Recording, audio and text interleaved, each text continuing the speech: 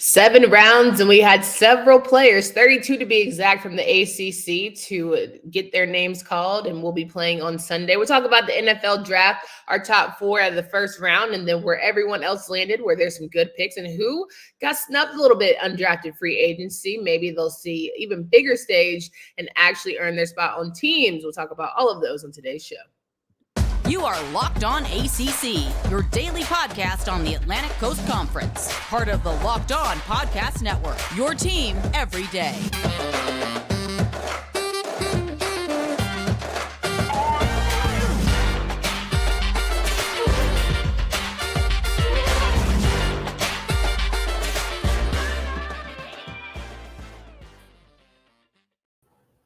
We've talked a lot about some of the best here in the ACC, and it was no surprise for the majority of them to hear their names called on the full Thursday to Sunday weekend, Thursday really to Saturday weekend of NFL draft selection. Exciting times, seeing a lot of dreams come true, a lot of tears shed, a lot of excitement around what will be life-changing opportunities for a lot of these young men. We're going to get into all of that, as well as some guys who felt away, were unsnubbed a little bit when undrafted, but still have an opportunity to make a team and make some noise for themselves here in the NFL. Kenton joins us. We're Locked On ACC, and we are sponsored by our friends here at FanDuel. The episode is brought to you by our FanDuel Sportsbook, official sportsbook of Locked On. Make every moment more. Visit FanDuel.com/LockedOn today to get started. And if you want to not only talk to us about FanDuel and what you're betting on this season, but how you feel like you can get some best predictions, and make sure you hit us up at Locked On ACC, as well as our respective names here, because you're watching us on YouTube and you subscribe to our channel. Kenton, how are you feeling here on this Monday? I feel great. It is a bunch of young men who are going to the NFL, getting paid a bunch of money to play a child's game, and these are exciting times. We are about to see a bunch of players who are going to the next level, who, you know, they represented our schools, they represented this conference so well, and now they're going to be banner carriers in the NFL. What a time. What an exciting time every year. Yeah, absolutely. And we'll start with our top 4 here and go through the rest of the list and call out some names, of course, that were a bit maybe surprising, or ones that dropped a little bit far down the rounds, but nonetheless made it when it came to being selected, and some that didn't get selected at all, but still found themselves signed to a team. Number 19 pick out of Pittsburgh, Calijah Kincey, was our top ACC draft pick. He was drafted to the Tampa Bay Buccaneers. Exciting times for him. He was always the best of the best. I tried to tell everybody, Houston Texans, I try to tell you when Locked On Texans, but certainly a defensive tackle is desperately what the Tampa Bay Buccaneers need, and he'll be a nice addition there. Not only will he be a nice addition, I mean, he's got some very, very – folks have high hopes for him. You know what I mean? They compare him to Aaron Donald constantly, and I don't exactly think that he's that, which I don't think that's a fair – I don't think that's a fair comparison, right? I don't think that's a fair comparison for him.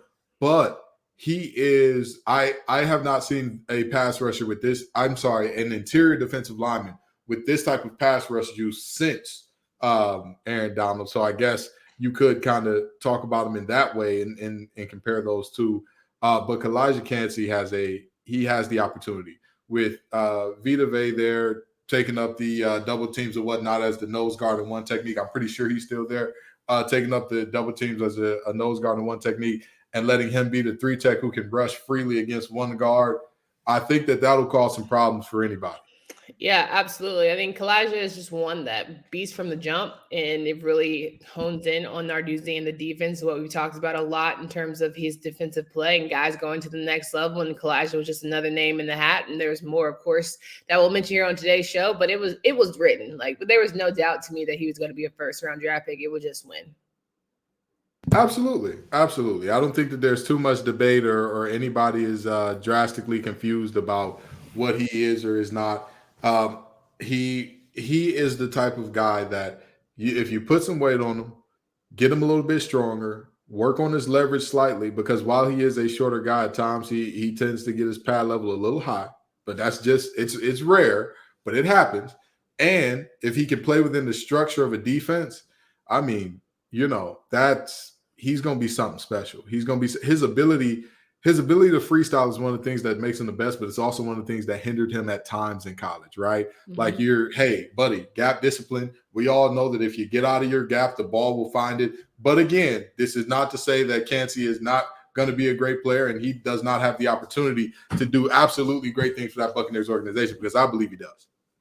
Then the second pick out of our ACC crop, the Baltimore Ravens certainly had a great A selection in wide receiver Zay Flowers. Excited for him, a guy who stayed down, loyal to the system in Chestnut Hill, and now will be playing for the Baltimore Ravens, who are in desperate need of a wide receiver. It was just a really great time. Parade inside the city. Baltimore was vibing. They re-signed Lamar. They got OBJ. Now you got Zay. You're really cooking something up there. He is an early offensive player of the year favorite of mine, or offensive rookie of the year favorite of mine, because he is in a situation where he's set up for success. Mm-hmm. The reality is, we all know Zay Flowers can play anywhere on the field, outside, inside, wherever you need it, however you want it, he can give it to you.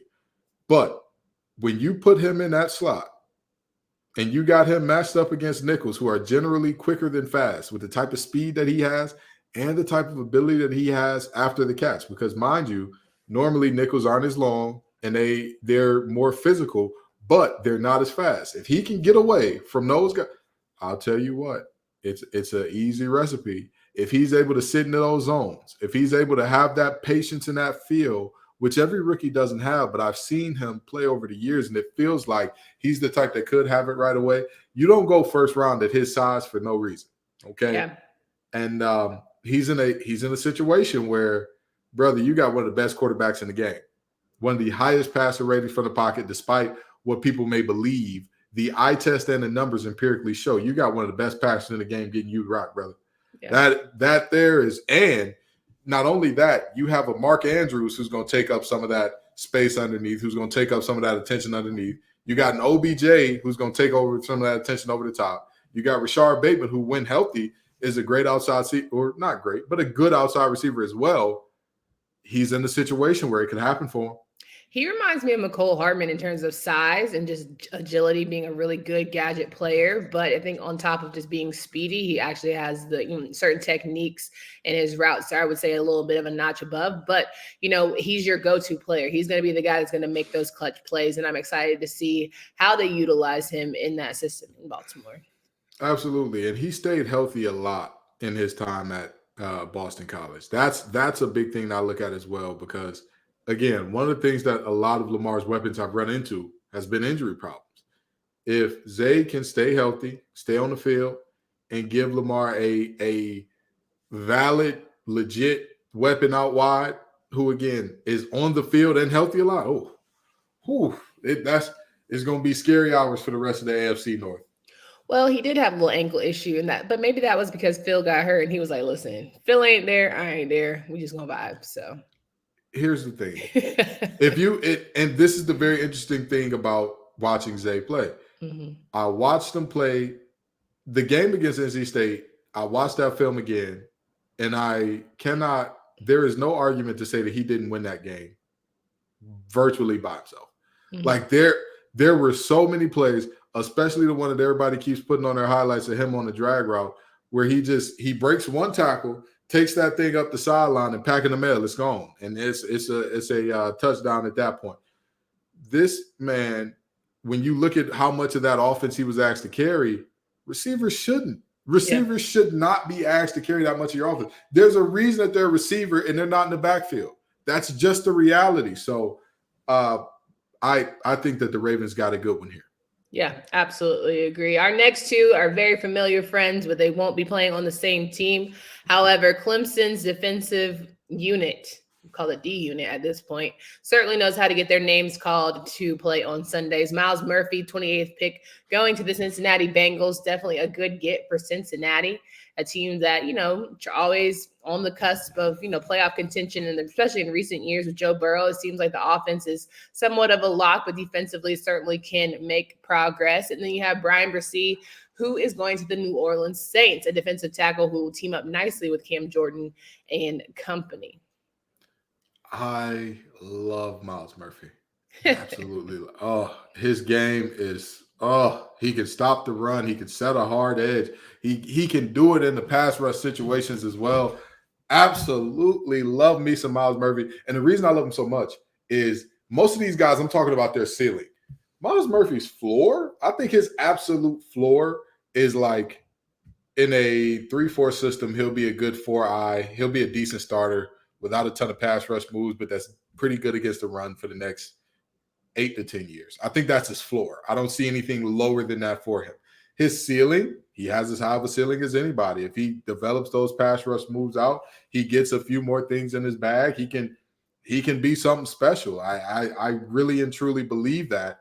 And Brian Bresee, I think that he was unfairly punished for his play last year when, with all due respect, very few people know what it's like to lose somebody that close to you while you're still, going through and playing and doing. And it sounds easy. And everybody loves to say, well, Brett Favre had the one game and da-da-da-da. That one game is not the same.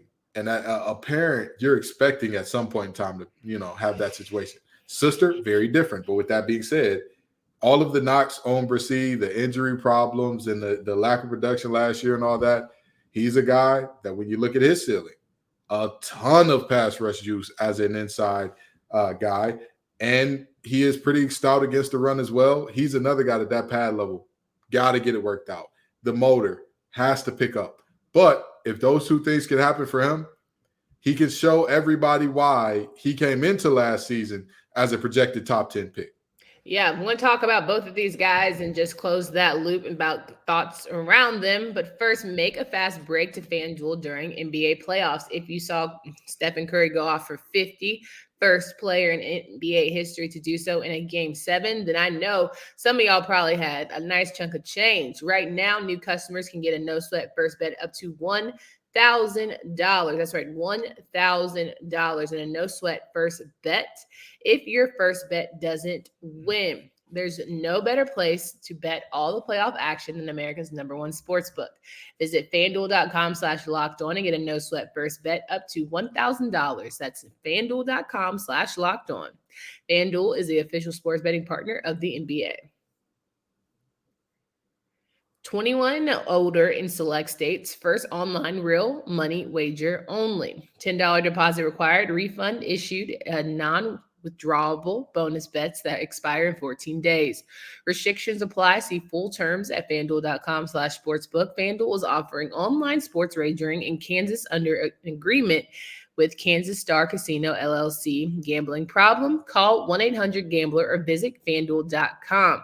1-800-NEXT-STEP or text NEXT STEP to 53342, 1-888-789-7777, or visit ccpg.org/chat.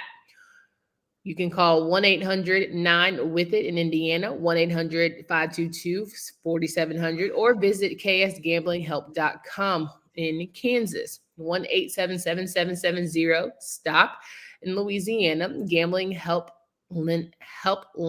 EMA.org, or call 800-327-5050 for 24/7 support in Massachusetts.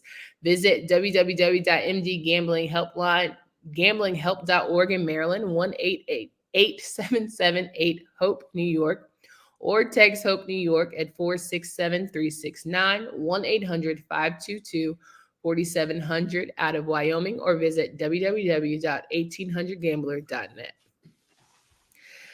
So I think that Myles Murphy reminds me of, is it Trey Hendrickson out with the Bengals in terms of just explosive, high octane, good energy, and very hard tackling defenders. I think they're going to be a great tandem, and it's going to be very difficult for any offense that faces them to kind of just level set. It's going to be sack daddies for sure. So Bengals, you can have that one for free in marketing. And then with Brian Bresee, going through all those emotional things, it's going to be great to have a leader like Cam Jordan, who not only plays at the top of his game, but is actually a very personable guy and is always looking to be a good leader. So that's probably one of the best people to learn from, in my opinion. Yeah, I think that they both went to really good situations. I don't think that Murphy has to be the star, the apex, the guy right away, because like you said, Trey Hendrickson is there Also, Hubbard's there. You could put Murphy in some 3 technique as in certain pass rush packages when you've got 3rd and long and whatnot. Let him get one-on-one with a guard. See what he can do there. See if he got a little pass rush juice on the inside. And then when you talk about Bresee and the fit in terms of New Orleans, Ryan Nielsen, I believe, is still the defensive line coach down there. He was the defensive line coach at NC State when I played there, and I'll tell you, he's one of the best in the game. He is a Coach Orgeron disciple, and when I tell you, he is as meticulous as they come about the details. And if you give him a guy with the raw tools and he gets to kind of mold that clay into what it needs to be, he'll make some guys play some amazing football in no time. So I think that you're right in Cam Jordan and Ryan Nielsen and all the things you got there. You're right in that, again, you're not looking at a guy who has to be the star right away. You're not looking at a guy who's going to be – if you look at Will Anderson in Houston, he's going to be getting the double teams from day one. He's going to be the guy that they're like, oh, we need a tight end to chip that guy. Yeah. That's not going to be the case for Myles Murphy. So he'll have some time to kind of develop and learn how to win one-on-one and before he becomes the guy that gets all the extra attention.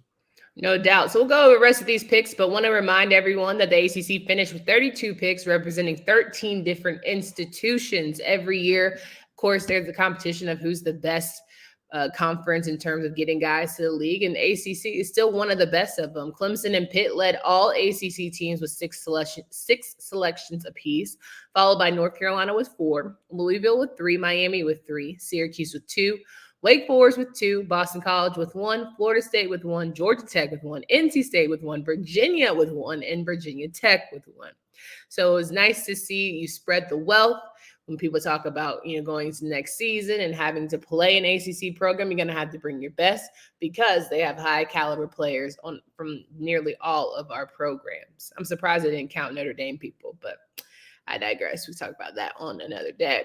Talk about, a couple more of these rounds. Any surprises? We'll go through 2 through 7. Not going to go through each one and however go play by play. But of course, make sure you listen to our fellow friends at Locked On Podcast Network and their respective Locked On NFL teams or actual your team everyday NFL program. So you have the Bengals, the Bears, the Patriots, all the like.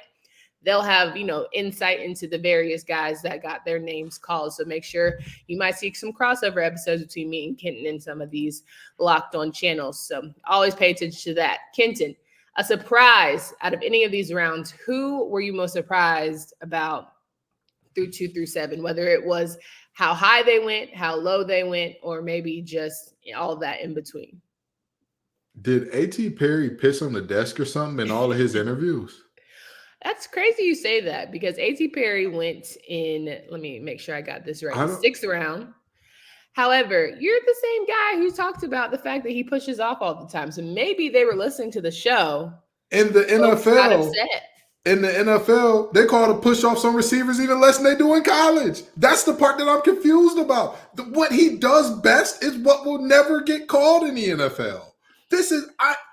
And here's another reason why I'm flabbergasted, right? Mm-hmm. I'm sitting up here thinking on draft night, I said, oh man, because normally I keep up with the full draft cycle. I mean, I normally get into it watching the pro day and watching the combine. I used to watch the combine, literally every drill, every position, all that good stuff. I got like a lot of adult things going on now. Can't exactly do that the way I used to. Mm-hmm. I thought to myself, oh, A.T. Perry must have ran like a 4.7, something like that to push him way down. He ran a 4.47. A 4.47. Now, for those of you who don't understand, that puts him in one of the top percentiles of all receivers. That's not like it's pretty good. You combine that with 6'4", where do we see that? And how often do we see that escape from at latest the 2nd round? Even if I don't think you can run a single route to save your life. If you're 6'4", jumping, I believe he jumped to 37 or something like that inches in terms of his vertical leap. If you do that and combine that with a 4.47, baby, I don't get it. The production is there. The hands are there. The body is there. It's all there to say like, hey, this guy, to say that he is good is an understatement. To say that he is the prototypical build of today's X receiver, that's your outside receiver, the guy that you want to be big, tall, lanky, can get downfield, can stretch the field. I don't get it. I truly don't get it. I think that it's crazy. He reminds me of one of the wide receivers, Brandon Coleman, that they used to have, B. Cole. Tall, lanky, can do whatever it comes in terms of 50-50 balls, but certainly has more size than Brandon Coleman. And I think that, A.T. Perry is in a position to be a part of not necessarily a rebuild, but sort of y'all been sleeping on us, and we're going to remind y'all why we're that team in the New Orleans Saints. And I think that's an exciting part. It sucks that he had to fall as low as he did, but I mean, New Orleans Saints made out with getting a really great receiver who probably now has a chip on his shoulder because he was a 6th-round pick. Yeah, I'm trying to find it. I'm trying to find the part of this that makes sense. I understand that he's thin. I get it. I get that at 6'3.5", you want a guy to be above 200 pounds. Sure. I'm with you there. Baby, they got food. That's a thing that exists. You have a weight program. Yeah. It was also, to me, a very wide receiver heavy draft, right? Yeah, like there's a lot of wide receivers that got a lot of love between Zay. You had Jalen Hyatt. You had your boy from Ohio State. Who else was a wide receiver that got damn near everybody got drafted wide receiver wise? I mean, all I'm saying is I can understand Dante Van Wicks got drafted over him. And here's what I'm saying. On a bad Virginia team. I can understand a lot of these players. I get it. I get the angle. I'm not Josh Downs being taken in front of him. I get it. I understand it. There are things there that I can say, okay, I see where that draft pick is made. Some of these players, I'm just like, you would have taken Josh over AT? It depends on what my team needs. If my team needed a slot guy, the Colts are on the clock. If I'm the Colts, I mean, you already have Pittman out there on one side, and I believe they just took a guy to Cincinnati last year. That's the tall white guy that caught a ton of touchdowns. That's supposed to be their other outside receiver. I get it. I get why they take Downs, because they need somebody in the slot. T.Y. Hilton is obviously gone, and he was like 1,000 before he left anyway. But I understand why they need a guy on the inside. So sure, if I'm the Colts, I get it. Mm-hmm. But I'm just saying, like, all of these teams drafting these outside receivers, and you don't. He had a ton of production, and he had the measurables that were like, oh, he's in the top percentile in most things. Like, maybe he just didn't have good interview skills. Maybe that's what I'm saying. He had the love, the vision. They didn't see the vision. He had to go in those interviews and tell them everything wrong. They had to tell him, what's your favorite route? What pick y'all at? Y'all, I'm not even going to be on the board for y'all. I don't even need to tell you what my favorite route is. That had to be what happened, because I was very confused here.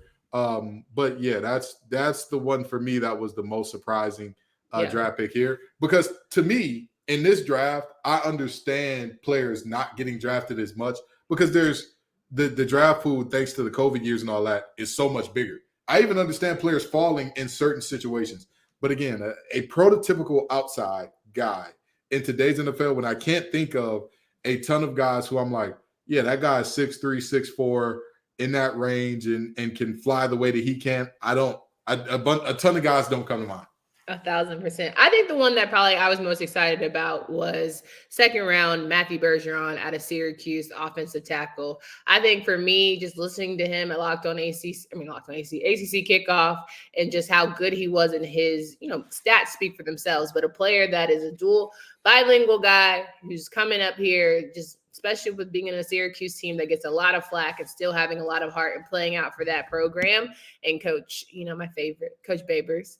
I think that it was exciting to see him hear his name called so early. And I think he's going to be a great addition to that Atlanta Falcons team that, by taking Bijan Robinson, going to create some holes. Here's the thing.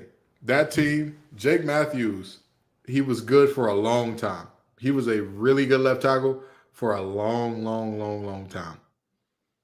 That clock is starting to hit midnight for him. Mm-hmm. And this pickup of Bergeron, you got one of the best tackles in the draft in the second round.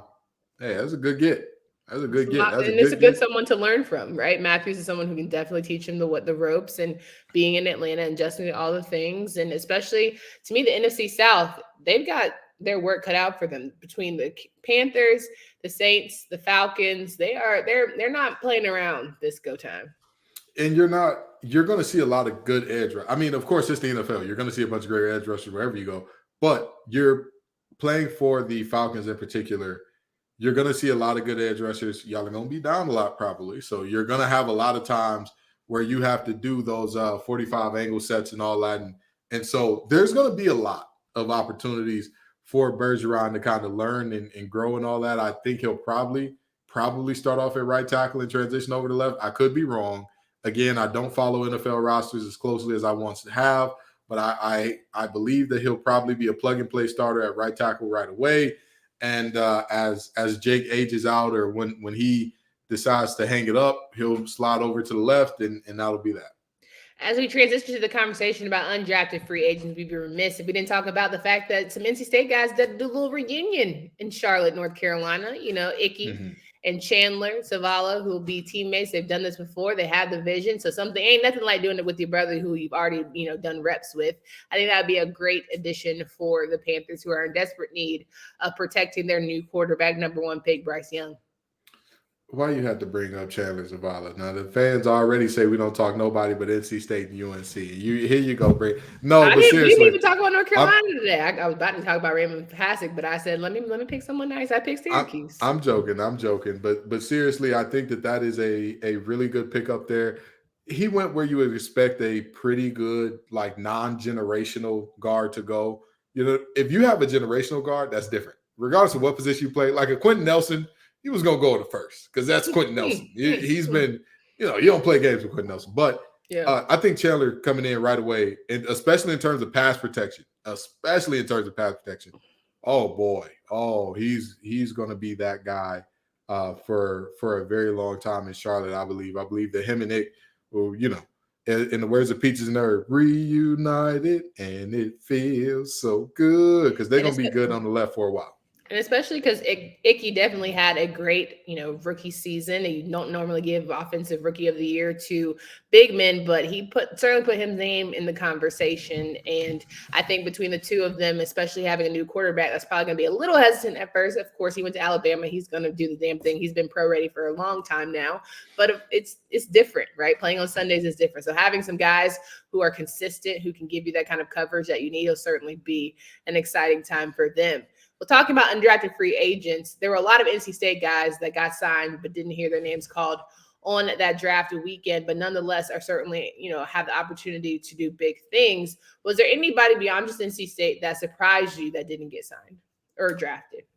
I mean, again, I struggle to say yes because we saw it last year, right? We saw it last year where all these players who had 3rd and 4th round grades just did not get drafted at all. And you were sitting there scratching your head saying, wait a minute, this player was uber productive. They've got the measurables. They've got all the things. What's the problem? And you just realize that the draft pool is so much bigger. It's so much bigger. And yet the amount of picks is still the same. And I would also argue that, the NFL, the product, guys are staying around longer, a little bit healthier. You don't have guys popping out of the league as much. You have a lot more veterans who are, still sturdy and stable. And so that certainly doesn't help the case. You have guys who are doing their 5th years and all the things. And, it's hard to make a team. The NFL ain't making any pro league is challenging in and of itself. You have to be really one of one. In damn near every position group. And so it's exciting, but it's also like get to work when it comes to those undrafted guys, because we know how much there's no guarantees in that space.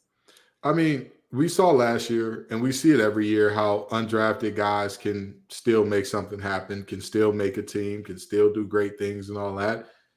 It's possible. It's possible for each and every one of these players who went undrafted to do something special. All you need is the opportunity. Mm-hmm. They gave you a foot in the door. Now do your best to make sure that thing don't close. Are the odds with you? No. Is it a slim to none chance and Slim got on his top hat and said, my crew, let's go? Absolutely. Yeah. But guess what? Fight, battle, scrap, claw, do whatever you got to do. Stand out on special teams. Stand out wherever you can. Yeah.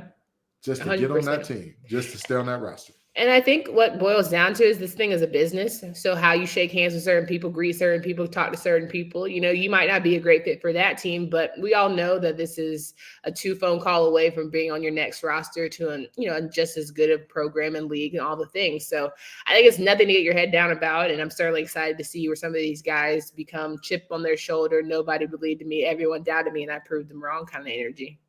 I mean, hey, as the old saying goes, have game, will travel. It doesn't matter who you are. You're right. For certain people, there's always going to be a couple spots reserved for like, oh, yeah, this is such and so's kid. Chase Daniels is going to be a backup forever until he don't want to be. Yeah, Chase Daniels is going to be a backup until he decides, all right, I'm done here. You know what I mean? Like, there's a Chad Henne situation. He just said he was done and finally freed up a roster spot over there. But that's yes, there will always be those, right? Yeah. But with that being said, there's still the vast majority of those spots wide open. Go get you one. Yeah. Go take somebody's job. The reality is there's an old proverb that every morning when a lion wakes up, it knows it must outrun the slowest gazelle or it will starve to death. Every morning when the gazelle wakes up, it knows it must outrun the fastest lion or it will be eaten. Doesn't matter if you're a lion or a gazelle, you better be running. And in terms of this, it doesn't matter if you're a first rounder, as we just saw with Jeff Okudah getting traded for a 5th round pick, or if you're an undrafted guy, as we saw with Bam Knight last year, setting all those rookie records with the Jets, you better be running. You better be producing. Man, we got to talk about next, maybe even tomorrow, talk about Izzy going to the Jets and talk about Bam Knight and how that might, trickle out and all that competition things. So many great topics for the offseason. We'll keep this NFL draft conversation rolling. Again, check out all of our shows here at Locked On Podcast Network. It's always a great time to make sure that you get all of your coverage because we are your local team for you every single day. Candace, Cooper, and Kenton Gibbs, can't wait to talk to you tomorrow. Until next time.